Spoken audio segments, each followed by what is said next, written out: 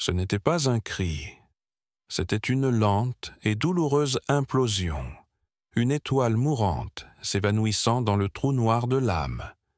Certains apprennent à plaquer des sourires sur leur visage, un camouflage désespéré contre un monde qui ne supporte pas de voir les fissures. Ils deviennent des maîtres du calme, des architectes de glace, des forteresses d'indépendance, dissimulant une histoire qui murmure une douleur inimaginable. Carl Jung nous avait prévenus. La douleur non reconnue s'enfouit profondément, se muant en un comportement insidieux, tel un membre fantôme se contractant dans l'obscurité. Et la vérité la plus déchirante, presque personne ne l'aperçoit. On se contente de juger, inconscient de la bataille silencieuse qui fait rage en nous. Préparez-vous, car dans les prochaines minutes, vous allez découvrir les 13 traits cachés, qui définissent ceux qui ont enduré plus que leur juste part, ceux qui naviguent dans le monde, sur une fréquence différente, parfois même éloignés d'eux-mêmes. Plus important encore, vous découvrirez comment transformer cette souffrance muette en conscience, en choix autonome et en guérison profonde et durable. Alors, restez avec moi, voyagez avec moi, jusqu'à la toute dernière seconde, car cela pourrait briser vos perceptions existantes de vous-même et réécrire le récit de la façon dont vous percevez ceux qui sont les plus proches de votre cœur. Il y a des cicatrices invisibles, gravées non pas sur la peau, mais dans le regard détourné, la lenteur angoissante de la confiance, le besoin soudain et désespéré de disparaître même au milieu d'une foule de visages. Des blessures qui ne laissent aucune trace visible, mais qui façonnent irrévocablement le paysage intérieur. Silencieusement, furtivement, elles redéfinissent l'être même d'une personne. La douleur ancienne n'annonce pas son arrivée en fanfare.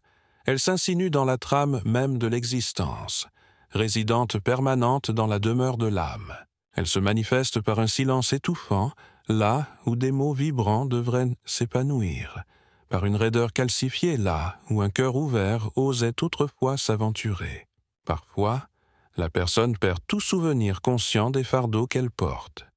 Elle vit simplement dans un état d'épuisement perpétuel, où chaque tâche exige un prix exorbitant, où la vie semble inexplicablement écrasante, incroyablement lourde. Carl Jung a décrit le traumatisme comme une blessure psychique qui s'envenime, saignant intérieurement lorsqu'on l'ignore. Mais il a également mis en lumière son potentiel à devenir un passage sacré, un catalyseur non pas pour oublier l'agonie, mais pour transformer les pulsations incessantes en quelque chose de transcendantal. Lorsque la douleur est véritablement, profondément et authentiquement entendue, elle ne devient pas une condamnation à perpétuité. Elle se métamorphose en une conscience lumineuse. La tragédie est que presque personne ne nous donne les outils pour vraiment écouter la douleur. Le monde réclame une performance acharnée et non une introspection consciente. Ainsi, ceux qui ont excessivement souffert apprennent à survivre, à s'adapter, à faire face. Ils construisent minutieusement des masques élaborés, imaginent des détours émotionnels, se réfugient dans l'ombre et continuent de vivre, parfois même en forçant un sourire. Mais quelque chose en eux reste perpétuellement vigilant, prêt au combat, comme si le moindre contact pouvait rouvrir des plaies qui ont à peine réussi à cicatriser. Vous pourriez vous reconnaître, rayonnant dans le reflet de certains de ces traits. Ou peut-être qu'un être cher émergera soudainement sous un jour plus précis. Quoi qu'il en soit, notre mission ici n'est pas d'analyser qui que ce soit sous un jour dur et impitoyable. Il s'agit de l'accueillir avec une empathie plus profonde, une présence accrue et, surtout, une profonde réduction de la culpabilité paralysante. Car chaque comportement, aussi déconcertant soit-il, est un chapitre extrait d'une histoire plus vaste. Aucun trait ne surgit de nulle part, sans contexte. Alors, si, à un moment donné de cette exploration, vous ressentez une contraction dans la gorge, une boule se formant comme un sanglot retenu, ou l'irrésistible envie de respirer plus profondément. Ne vous inquiétez pas, c'est simplement votre âme qui reconnaît un fragment d'elle-même, un miroir perdu depuis longtemps, reflétant votre propre visage oublié. Et cela, aussi simple que cela puisse paraître, est déjà un immense bond en avant. Certaines âmes apprennent très tôt que la dépendance est un piège périlleux, qu'exprimer ses besoins invite au ridicule, que s'appuyer sur un autre être humain peut aboutir à une humiliation déchirante ou à un abandon douloureux. Ainsi, en guise de réponse primaire à la survie, la psyché élabore un mécanisme d'adaptation. La personne se métamorphose en son propre moi, indomptable, déterminé, incassable, mais intérieurement épuisé, Carl Jung a éclairé le concept du faux soi, cet édifice que l'ego érige pour se protéger, lorsque l'expression authentique de soi devient un danger mortel. Il s'agit d'un mode opératoire soigneusement élaboré qui offre un semblant de protection, mais qui enferme simultanément l'âme dans l'isolement. La personne s'habitue à porter tous les fardeaux dans la solitude, et le monde, sans le savoir, commence à croire à l'illusion qu'elle est effectivement capable de tout gérer. Mais personne n'est censé assumer l'intégralité de l'existence, en permanence. C'est pourquoi le trait principal qui caractérise ceux qui ont trop enduré est la formidable armure de l'hyper-indépendance. Ce n'est pas un signe de maturité, mais plutôt une cicatrice usée par les intempéries, témoignage de batailles livrées et perdues. De loin, elle projette une aura de force impressionnante, mais elle pèse lourd comme du plomb sur le cœur. La personne refuse avec véhémence de trahir sa douleur, mais se tord intérieurement de douleur. Elle réprime sa demande de réconfort, bien que son âme en ait désespérément besoin. Elle a simplement oublié comment demander, ou peut-être est-elle paralysée par la honte, ou peut-être ne peut-elle même pas évoquer le souvenir de la confiance sans le spectre omniprésent de la peur. Cette rigidité figée imprègne chaque facette de leur existence, relations, amitié, projets professionnels. Chaque interaction devient une performance méticuleusement orchestrée. Tout est soumis à la main de fer du self-control. Mais le prix à payer est élevé. La poitrine se serre, suffoquant le souffle. Un léger contact devient une agression. Le repos se transforme en une faiblesse perçue. Et même entourée d'une mer de visages, la personne reste bloquée dans le désert désolé de la solitude intérieure. Car l'hyper-indépendance n'est pas la liberté. C'est une prison fermée à clé. Ceux qui y vivent ne cherchent pas à être un fardeau. Ils aspirent à ne plus jamais être abandonnés au bord du chagrin. Mais au fond, ce n'est qu'une stratégie élaborée pour rester silencieusement, invisiblement blessés. Le deuxième trait omniprésent chez ceux qui ont traversé trop de tempêtes est une empathie excessive. À première vue, cela semble être une vertu pure et simple, et dans bien des cas, c'est indéniablement le cas. Cependant, lorsque l'empathie se transforme en mécanisme de survie, elle cesse d'être une simple qualité bienveillante pour se muer en une manœuvre d'adaptation stratégique. Certaines âmes, dès leur plus tendre enfance, apprennent à scruter méticuleusement chaque pièce comme si elles cherchaient désespérément un abri anti-aérien. Elles sentent, de manière presque palpable, quand une tempête se prépare, quand quelque chose est sur le point de se déchaîner. Elles décortiquent minutieusement les nuances subtiles des tons, les regards fugaces, les silences pesants. Elles cultivent une sensibilité si aiguë que, sans en avoir conscience, elles commencent à ressentir pour les autres, avant même de pouvoir exprimer ce qu'elles ressentent pour elles-mêmes. Cette empathie débordante ne naît pas d'un sentiment de légèreté et de joie. Elle naît de la nécessité, de la peur primitive de devenir la cible d'un père émotionnellement instable, de l'effort incessant pour anticiper la prochaine explosion explosive d'une mère mercurielle, du fardeau écrasant de maintenir la paix au sein du foyer, même si cette paix exige le prix ultime, leur propre enfance précieuse. Jung appelait projection ce déplacement inconscient, ce fait d'attribuer à autrui des aspects de soi-même que l'on n'a pas encore osé affronter en soi. Et c'est souvent ce qui se passe chez ceux qui ressentent profondément les autres. Ils s'efforcent inconsciemment de nourrir chez eux la douleur qu'ils n'ont pas encore reconnue en eux-mêmes. La personne se métamorphose en source inébranlable de soutien, en confidente de confiance, en phare d'espoir omniprésent. Mais sous cette façade de dons désintéressés se cache un épuisement profond et débilitant, car ceux qui se consacrent à éprouver de la compassion pour chacun en permanence, négligeant presque systématiquement la personne la plus importante, eux-mêmes. L'empathie excessive peut paraître noble, et elle l'est parfois sincèrement, mais elle peut aussi servir d'échappatoire, de manœuvre stratégique pour éviter de sombrer dans les profondeurs obscures de sa propre douleur atroce, de moyen d'exister par procuration à travers les expériences des autres.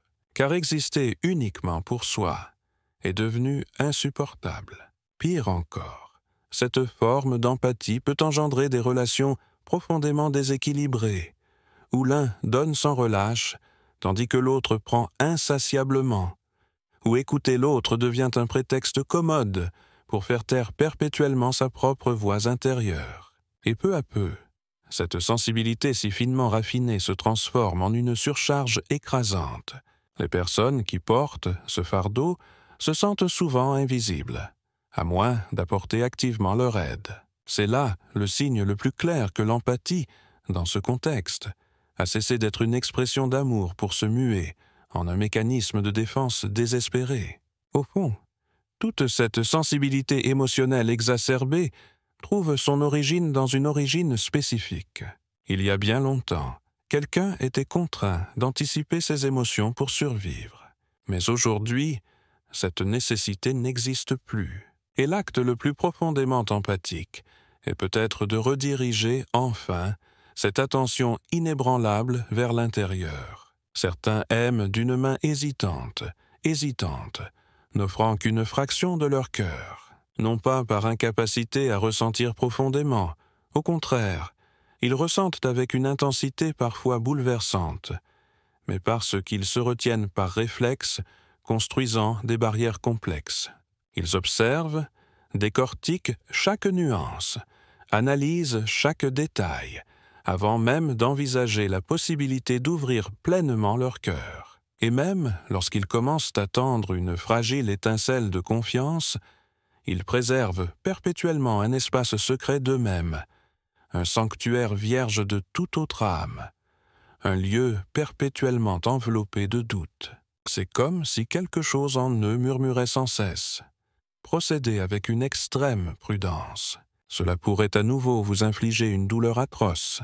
Et, en vérité, c'est tout à fait possible. Pour quelqu'un qui a été brisé au moment précis où il avait le plus désespérément besoin de sécurité, s'ouvrir a cessé d'être un geste simple et naturel. Les échos de l'abandon passé résonnent plus fort que les promesses murmurées d'affection présente. L'amour tend la main, mais la peur s'accroche à ses basques. C'est la troisième caractéristique de ceux qui ont souffert excessivement.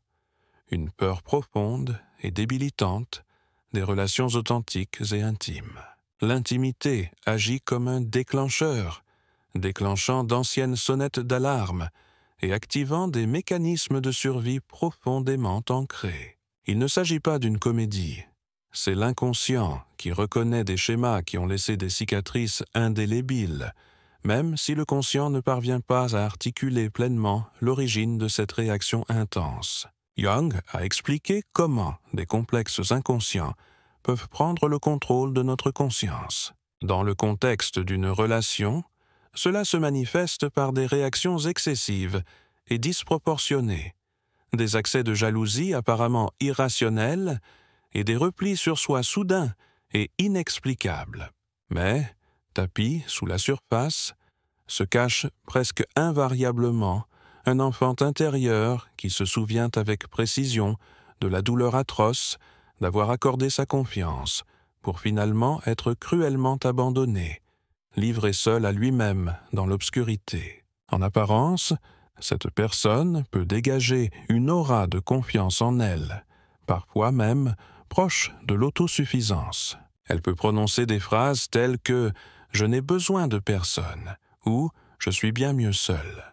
Mais, au fond, réside un profond désir, soigneusement enfoui sous une armure protectrice.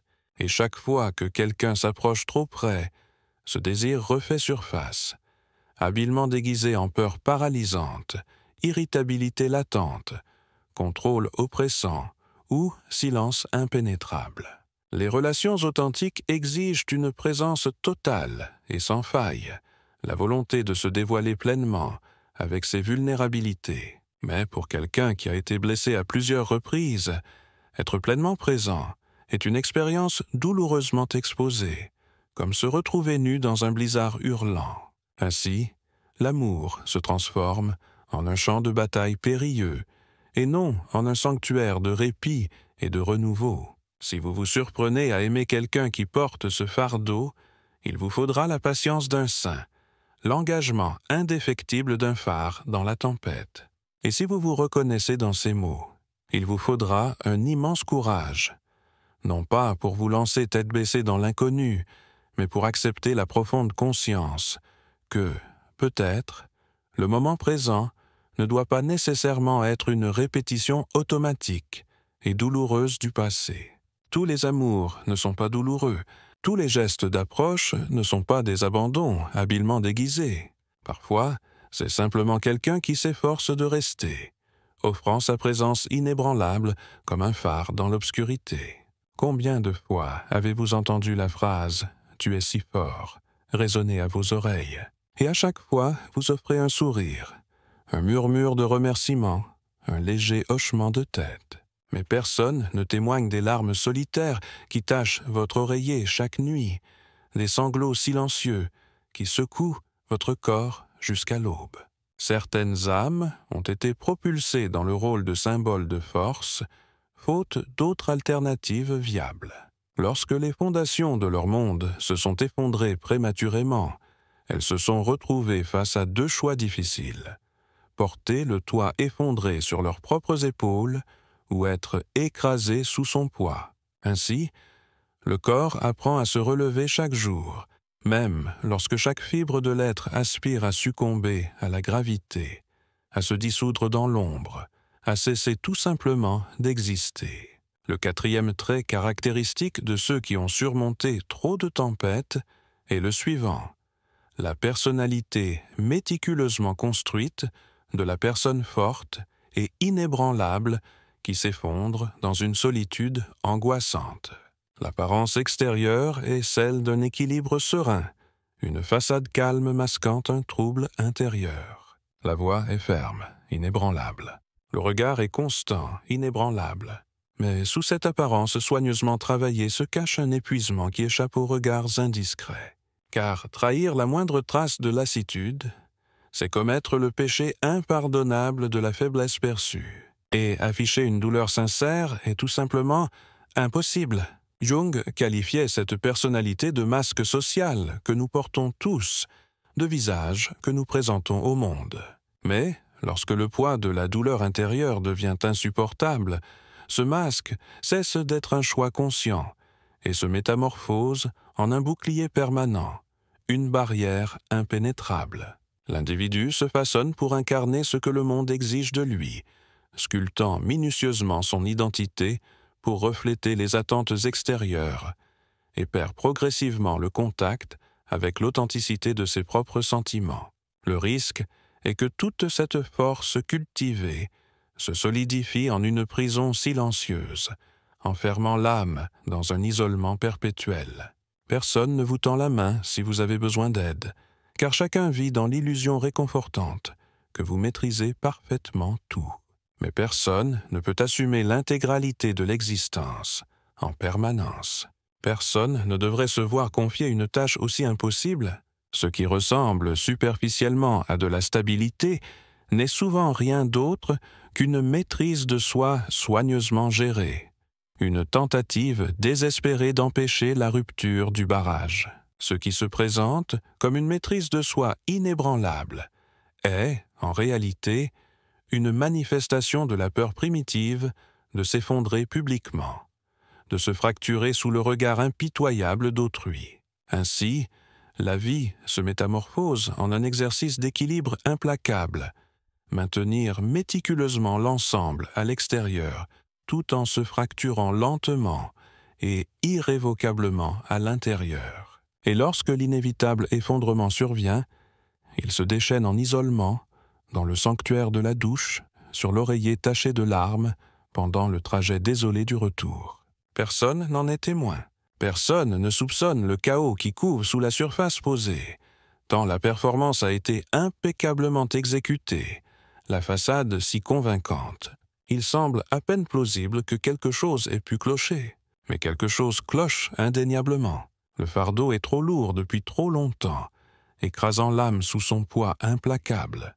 La force authentique ne réside pas dans l'illusion d'une invincibilité perpétuelle, ni dans le déni de la fragilité humaine. Elle réside dans la capacité d'avouer avec vulnérabilité « Honnêtement, c'est une journée atroce » et de faire confiance à une autre âme, convaincue qu'elle l'écoutera sans jugement, sans conseil non sollicité, sans le poids étouffant d'une pression imposée. Simplement écouter. Peut-être qu'en ce jour crucial, l'armure commencera à se desserrer, les barrières soigneusement construites commenceront à s'effondrer, permettant à l'âme blessée de respirer à nouveau. Le cinquième trait caractéristique de ceux qui ont traversé trop de tempêtes est l'hypersensibilité sensorielle. Les bruits forts sont accablants et agressent les sens.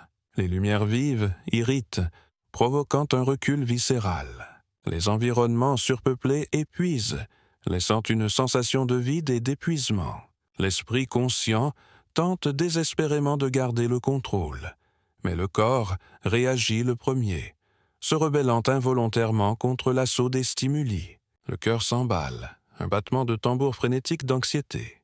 La respiration devient superficielle, irrégulière et irrégulière. Une envie soudaine et inexplicable de fuir se répand dans les veines, un appel désespéré à s'échapper. Il ne s'agit pas d'une comédie, ce n'est pas une exagération, ni une tentative délibérée d'amplifier l'expérience. C'est la manifestation d'un système nerveux méticuleusement entraîné à vivre en état d'alerte permanente, une sentinelle hypervigilante, se protégeant des menaces perçues. Sous cette sensibilité exquisément raffinée se cache une histoire profonde, une enfance marquée par le danger qui s'est matérialisée sans avertissement, un événement traumatisant qui a transformé le monde en un paysage menaçant de menaces perçues.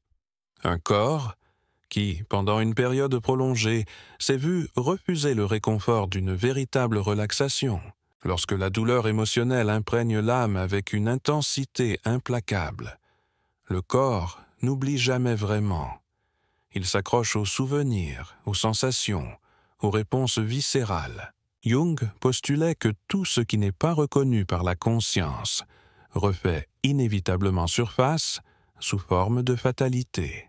Dans le contexte d'une douleur longtemps latente, elle se manifeste par des sensations physiques, comme des échos somatiques de traumatismes passés. Le corps devient la voix éloquente de l'âme, exprimant ce que la conscience n'a pas encore trouvé les mots pour exprimer. Cette sensibilité accrue permet à l'individu de percevoir des nuances qui échappent à la conscience des autres.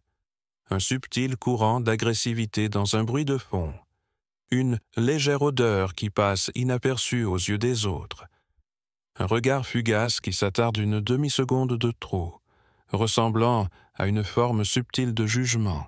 C'est comme vivre avec tous les capteurs activés en permanence, même en l'absence de danger tangible. C'est une expérience épuisante, souvent déroutante, car les personnes présentes peinent à comprendre pourquoi ce lieu particulier leur a semblé inquiétant, pourquoi ce rassemblement particulier les a bouleversés, pourquoi cette conversation apparemment anodine les a complètement épuisés. Mais pour celui qui éprouve cette hypersensibilité, tout est un stimulus, agressant les sens avec une force implacable.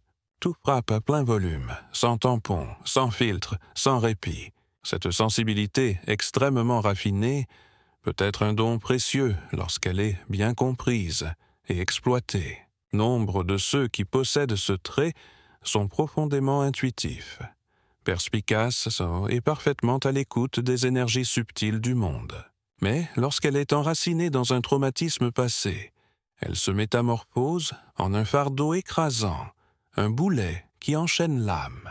Le corps se transforme en un champ de bataille silencieux, réagissant viscéralement aux menaces que l'esprit conscient a depuis longtemps bannies de la mémoire, mais que l'âme continue de retenir captive dans ses profondeurs. La guérison commence lorsque nous reconnaissons consciemment l'impact profond de la douleur sur le corps physique, lorsque nous comprenons que l'inconfort physique n'est pas un signe de faiblesse, mais plutôt un écho viscéral de traumatismes passés, une mémoire somatique, et que ce qui semble être une réponse exagérée à des stimuli pourrait n'être qu'un cri ancien, implorant désespérément d'être entendu, reconnu, validé. Tous les malaises physiques ne sont pas le fruit du hasard, dénués de sens. Parfois, c'est simplement le corps qui exprime sa vérité, disant « C'était trop pour moi, et maintenant, je m'efforce désespérément de t'empêcher de revivre cette expérience. » Le 6e trait caractéristique de ceux qui ont enduré trop de tempêtes est le besoin incessant, presque obsessionnel, de contrôle. Et ce n'est pas parce que l'individu est intrinsèquement autoritaire, inflexible ou contrôlant au sens conventionnel du terme.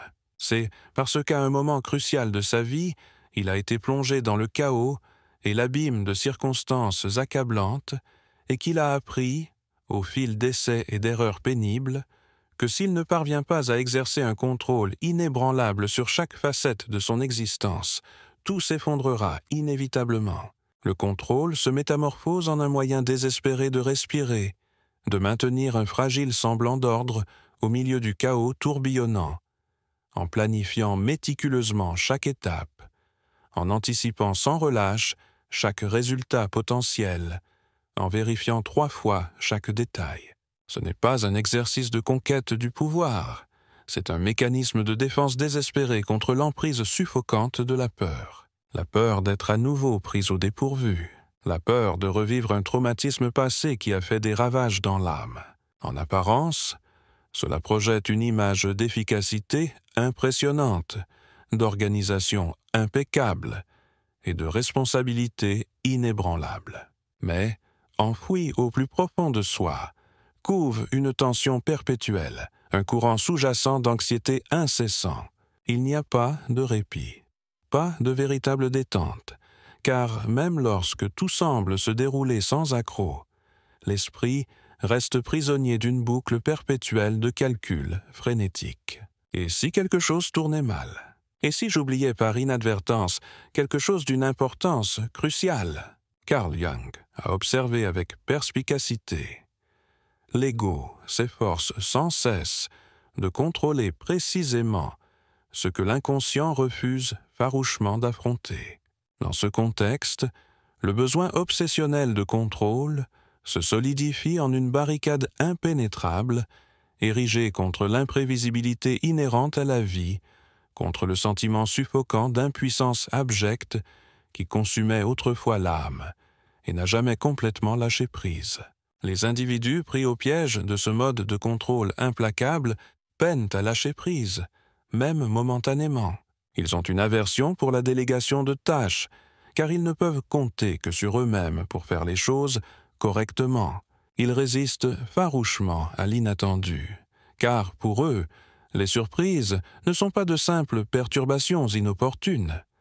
Elles sont perçues comme des menaces émotionnelles, capables de déstabiliser un ordre soigneusement établi. Elles perturbent plus que des routines méticuleusement planifiées.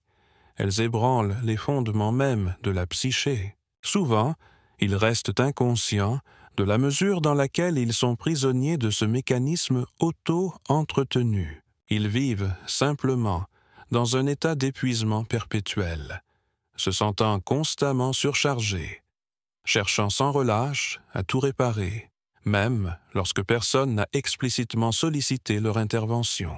Et cette quête incessante de contrôle a un prix élevé. Les relations deviennent tendues, mises à rude épreuve par une pression incessante. Des décisions apparemment anodines se transforment en dilemmes monumentaux, paralysant l'esprit d'indécision. Le moment présent n'est jamais suffisant, jamais pleinement apprécié, car l'esprit a constamment 2 coups d'avance, tentant frénétiquement de prédire tous les scénarios possibles et d'anticiper toute menace potentielle. Au fond, cette obsession du contrôle n'est pas une indication de force ou de résilience inhérente. C'est la marque indélébile d'une âme qui se sentait autrefois totalement impuissante face au poids écrasant de la douleur et qui s'efforce maintenant désespérément de compenser cette déficience perçue. Mais la vie, cette force sauvage et énigmatique, ne peut être apprivoisée ni confinée dans les limites rigides du contrôle humain. Elle ne peut être vécue qu'authentiquement, dans toute sa splendeur désordonnée et imprévisible. Et vivre authentiquement exige une certaine confiance. Non pas un abandon aveugle et insouciant, mais une ouverture délicate et hésitante au possible. La conviction inébranlable que peut-être, tout n'a pas besoin d'être méticuleusement contrôlé pour finalement se dérouler de manière positive et significative. La guérison ne résulte pas d'un abandon brutal et total du contrôle. Elle naît de la prise de conscience progressive, par petites étapes, qu'il est bel et bien possible d'exister, de s'épanouir, sans la peur étouffante que tout s'effondre inévitablement. Renoncer au contrôle revient à éteindre les lumières d'une pièce où l'on a l'habitude de dormir, toutes les lampes allumées, alimentées par la peur primitive de l'obscurité qui rôde. Au début, c'est déstabilisant, désorientant, voire terrifiant. Puis, progressivement, cela peut se transformer en une sensation de repos profond et libérateur. Mais le véritable repos ne se manifeste pas toujours au milieu du bruit assourdissant, de la présence d'une foule animée ou de la superficialité d'une conversation oisive. Parfois, le véritable soulagement survient lorsque tout s'apaise, lorsque le monde extérieur cesse ses exigences incessantes, ses pressions intrusives, ses intrusions importunes. C'est le 7e trait caractéristique de ceux qui ont traversé trop de tempêtes. Un profond besoin de silence, comme refuge, un sanctuaire pour l'âme blessée. Il ne s'agit pas d'un isolement né du mépris des autres. C'est un désir profond d'espace personnel, d'une pause délibérée au milieu du chaos implacable, d'un temps dédié pour simplement entendre le son de sa propre respiration, sans être sans cesse bombardé par les attentes extérieures, par les exigences incessantes du monde. Le silence se transforme en un abri, un havre protecteur, un cocon nourricier où l'âme fracturée tente de se réorganiser, de rassembler les fragments brisés, de réparer les endroits brisés. Ce profond besoin de silence peut être difficile à gérer pour ceux qui puisent leur énergie dans des stimulations extérieures, ceux qui s'épanouissent dans le bruit, le mouvement incessant et l'interaction sociale permanente. Ces personnes peuvent être déroutantes, voire déstabilisantes, lorsqu'une personne recherche activement un coin tranquille, préfère une brève conversation à un long discours, désire une présence plus légère et moins intrusive.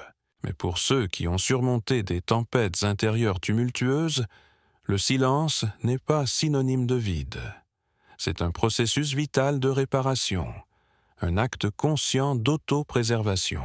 Jung reconnaissait la puissante valeur symbolique du retrait délibéré du monde extérieur. Il considérait cet acte de recherche de solitude comme un processus psychique de mort et de renaissance, une étape nécessaire sur le chemin de l'individuation. Quand tout semble accablant, quand les sens sont assaillis de toutes parts, l'âme se rétracte instinctivement, se repliant sur elle-même, comme quelqu'un protégeant une blessure vive et douloureuse du moindre contact. Il ne s'agit pas d'un acte de froideur ou d'apathie, mais plutôt d'un instinct primaire de survie. Et le silence n'est pas simplement l'absence de bruit extérieur, c'est l'absence délibérée de jugement, d'exigences incessantes, de masques étouffants.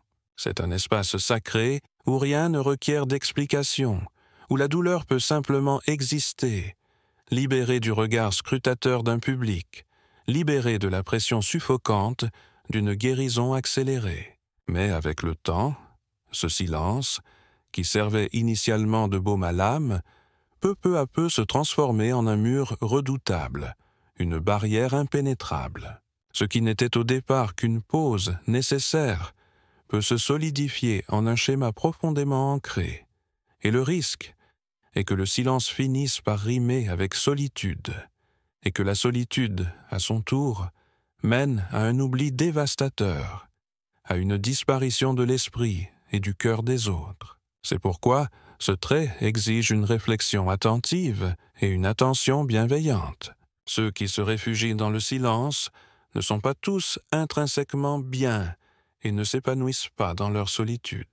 Parfois, ils sont tout simplement trop lasses, trop épuisés, pour continuer à s'efforcer de se conformer à un monde qui exige une communication constante et qui semble incapable d'exister sans un bruit perpétuel. Le chemin optimal consiste à laisser ce silence se dérouler sans imposer de culpabilité, sans se sentir obligé de fournir des explications constantes, mais aussi à rester conscient du moment critique pour ouvrir la porte, pour étendre prudemment une invitation à une autre âme, quelqu'un qui offrira une écoute indéfectible, quelqu'un qui restera simplement présent, constant et vrai.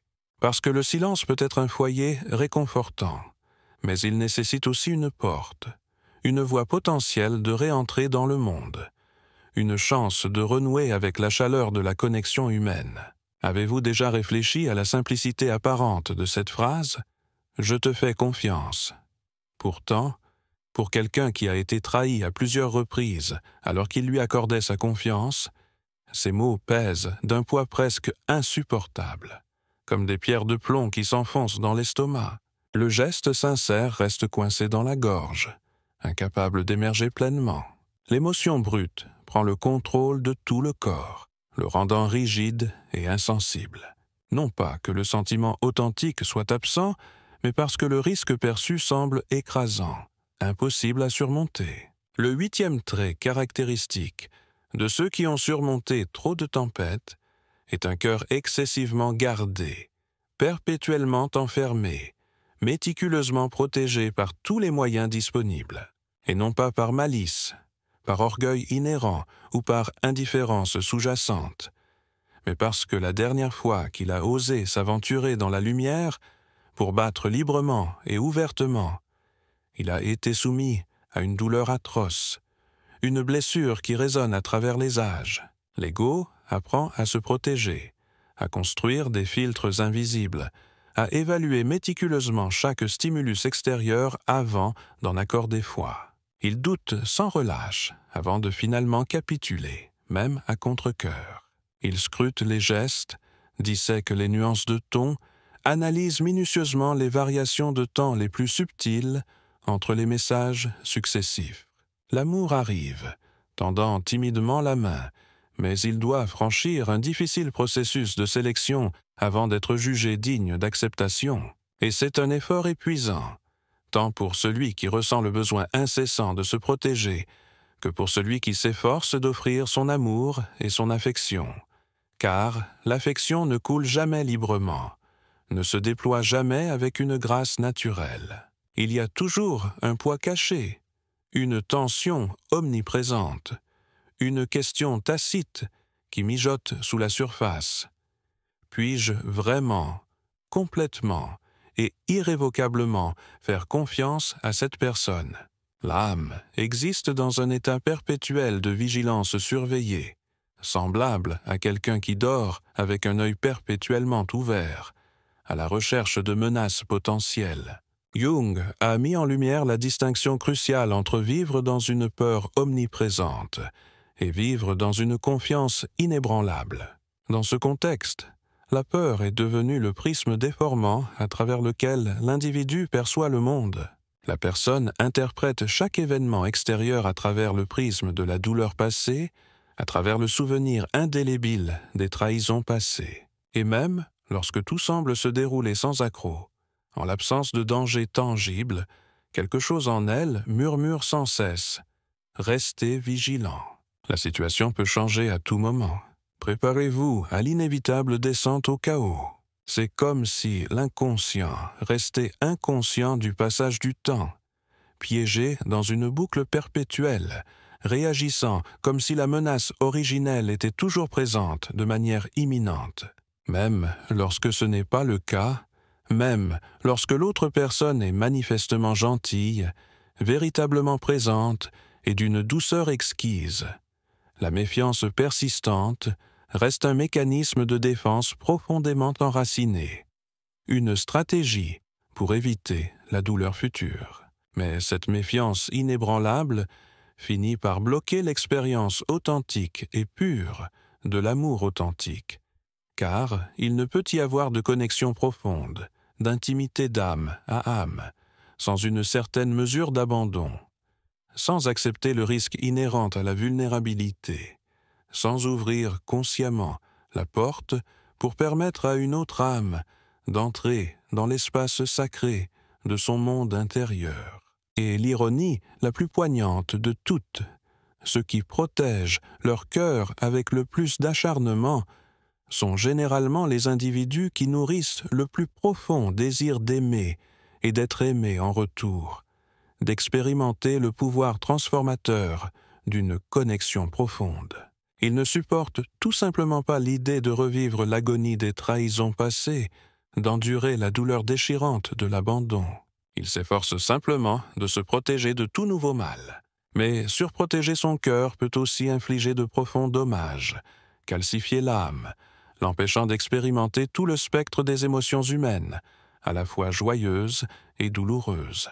La clé réside peut-être dans une prudence mesurée, dans une confiance hésitante et progressive, dans une observation méticuleuse du déroulement des événements et dans l'évaluation de la sécurité du terrain, dans un seul pas délibéré en avant, sans ouvrir grand les portes de son cœur dans un acte de capitulation téméraire, mais aussi en résistant activement à l'envie de fuir dans une terreur abjecte.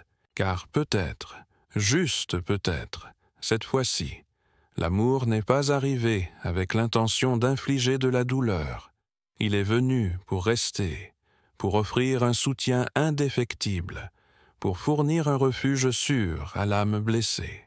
Le 9e trait caractéristique de ceux qui ont surmonté trop de tempêtes, un sens de la justice avivé par l'expérience atroce de la douleur. Elle ne provient pas de textes académiques ou de déclarations philosophiques ambitieuses.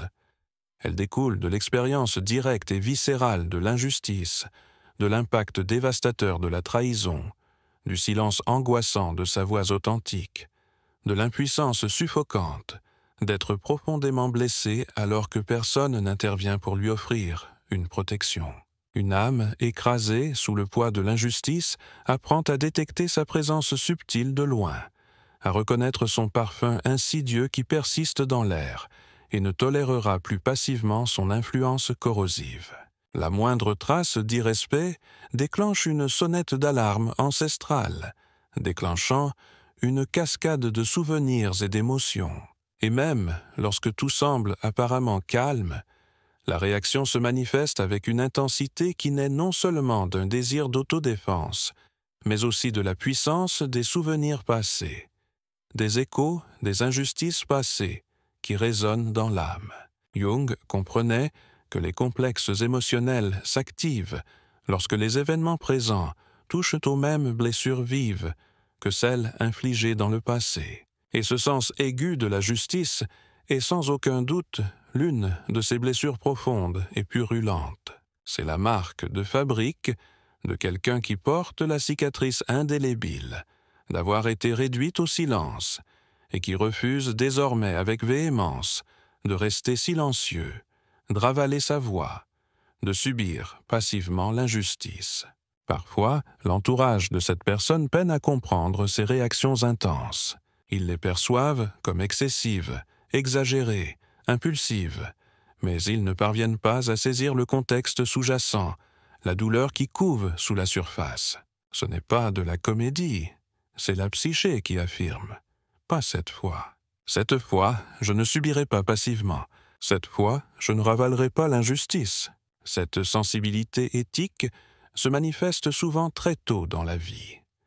Des enfants qui ont été témoins de torts commis et se sont sentis impuissants à intervenir. Des adolescents qui se sont rebellés contre des règles absurdes et oppressives. Des adultes qui défendent passionnément des causes avec la ferveur de quelqu'un qui tente de sauver son propre enfant intérieur blessé. La figure archétypale activée ici est le guerrier moral, l'individu qui se bat farouchement pour la cohérence, pour un respect inébranlable, pour une intégrité inflexible, ne recherchant pas une perfection inaccessible, mais défendant plutôt la dignité inhérente à tous les êtres. Et ce combat, tempéré par l'équilibre et la sagesse, est indéniablement noble, une force de changement positif dans le monde. Mais guidé uniquement par l'emprise inflexible d'une souffrance passée, il peut se transformer en rigidité figée ou en intolérance suffocante, aveuglant l'individu aux perspectives alternatives. Le défi consiste donc à maintenir ce sens aigu de la justice sans le laisser se transformer en une armure impénétrable érigée contre les complexités du monde, à manier l'épée de la justice avec une conviction inébranlable, mais aussi à posséder le discernement pour savoir quand l'abaisser, quand écouter avec un cœur ouvert, quand faire preuve de compassion et embrasser la compréhension. Parce que ceux qui ont été personnellement blessés par l'injustice comprennent intimement la douleur profonde qu'elle inflige et les dommages corrosifs qu'elle laisse dans son sillage. Et c'est précisément pour cette raison qu'ils ont la rare et précieuse opportunité d'aborder les situations différemment, d'offrir une présence qui protège sans recourir à la punition, qui lutte vaillamment pour la justice sans se perdre irrémédiablement dans les affres d'un conflit sans fin. Ceux qui portent l'épée de la justice possèdent une intuition qui échappe à beaucoup d'autres. La douleur possède le pouvoir d'aiguiser la perception, d'affiner la capacité à discerner la vérité du mensonge, et pas seulement pour identifier les actes flagrants d'injustice, mais aussi pour remarquer les nuances subtiles qui échappent à la conscience des autres, la souffrance inexprimée cachée sous la surface. Ceux qui possèdent cette perception accrue sont capables de discerner quand quelqu'un ne va pas vraiment bien, même lorsqu'il projette un sourire forcé, de ressentir intuitivement ce qui reste non dit, de comprendre ce qui n'a jamais été explicitement partagé, et de maintenir un espace sûr et nourrissant, sans bombarder l'autre de questions intrusives. C'est le 10e trait caractéristique de ceux qui ont surmonté trop de tempêtes, l'extraordinaire capacité à percevoir la souffrance invisible chez les autres. C'est comme si la douleur avait méticuleusement réglé leurs sens, les calibrant pour détecter les plus faibles murmures de souffrance. L'âme devient plus alerte, plus profondément empathique, plus ouverte à percevoir où se cache la tristesse, même lorsqu'elle est habilement masquée. Et il ne s'agit pas d'une forme de magie inexplicable, d'un don surnaturel accordé à quelques privilégiés. C'est le fruit de la mémoire, d'une expérience durement acquise. Le souvenir d'avoir vécu au plus profond de l'être humain souffrant, d'avoir enduré des épreuves similaires, d'avoir navigué sur ce même terrain périlleux, désormais détectable uniquement par des signes subtils. Ce type de perception ne peut pas être enseigné dans une salle de classe. Soit elle naît dans l'âme, soit, plus précisément, elle s'éveille à la suite d'une chute profonde, d'une expérience bouleversante qui brise l'illusion de l'invincibilité. Ceux qui ont pleuré en silence dans l'obscurité possèdent la capacité innée d'écouter les nuances subtiles du silence. Ceux qui ont connu une profonde solitude au milieu d'une foule animée apprennent à reconnaître quand quelqu'un d'autre est piégé dans ce même lieu désolé. C'est une reconnaissance presque instinctive, reflet d'une expérience partagée.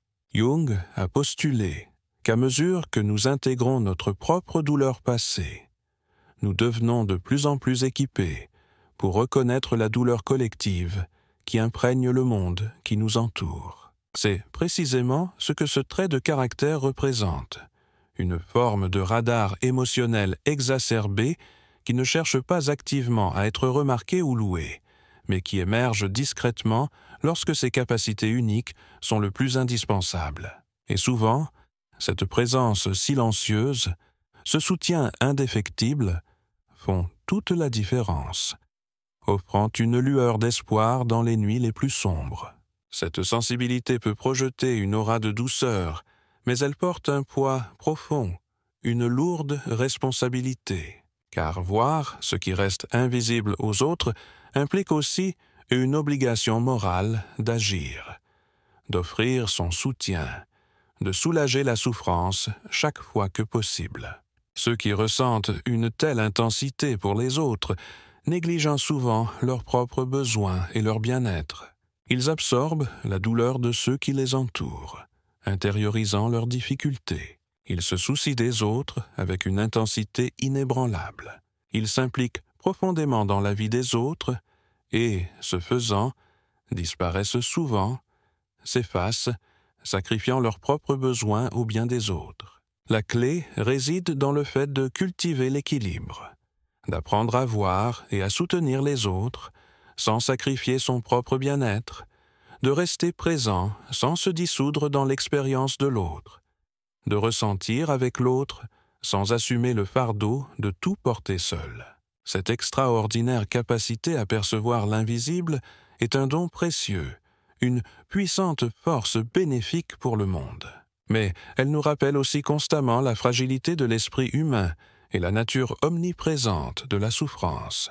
La douleur, lorsqu'elle est traitée avec conscience, peut être transformée en un outil précieux, une présence profonde, un toucher doux qui n'empiète pas ou ne viole pas, mais qui soutient et élève.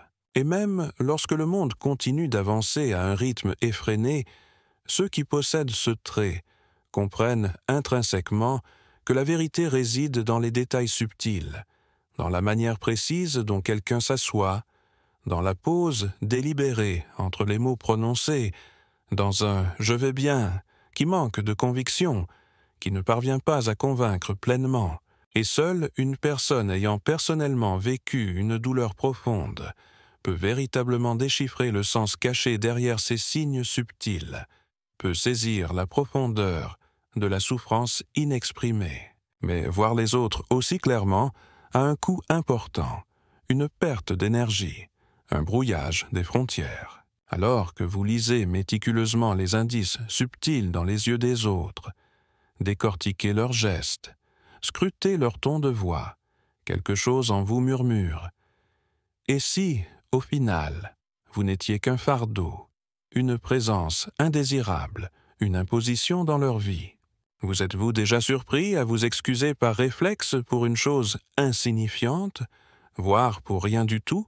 Avez-vous déjà eu l'impression que, simplement en existant, en occupant l'espace, vous étiez déjà trop, que vous demandiez trop d'attention, trop d'efforts? Le 11e trait caractéristique de ceux qui ont traversé trop de tempêtes est le suivant: la peur profondément ancrée d'être un fardeau pour les autres, d'être perçu comme une présence indésirable. C'est un sentiment subtil, presque imperceptible, mais qui persiste sans relâche. Une forme de honte intériorisée, pour le simple fait d'exister avec tous ses besoins inhérents, avec ses blessures accumulées, avec ses désirs authentiques. Ceux qui portent cette peur omniprésente n'en parlent presque jamais ouvertement, n'expriment jamais explicitement leurs angoisses, mais elles se manifestent subtilement dans chaque tentative de